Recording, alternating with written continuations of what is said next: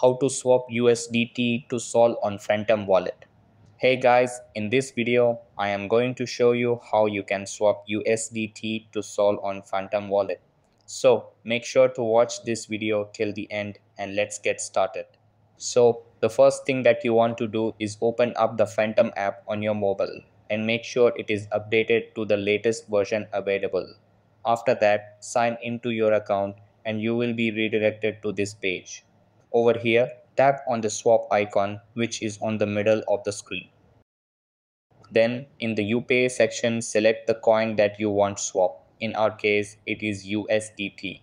As I don't have any amount in my wallet, that's why it is not showing any token, but you will be able to see it if you have any balance. Then similarly, in the you receive section, select the coin in which you want to swap. In our case, it is Sol. After that, you have to just follow some on-screen instructions and your coin or token will be swapped.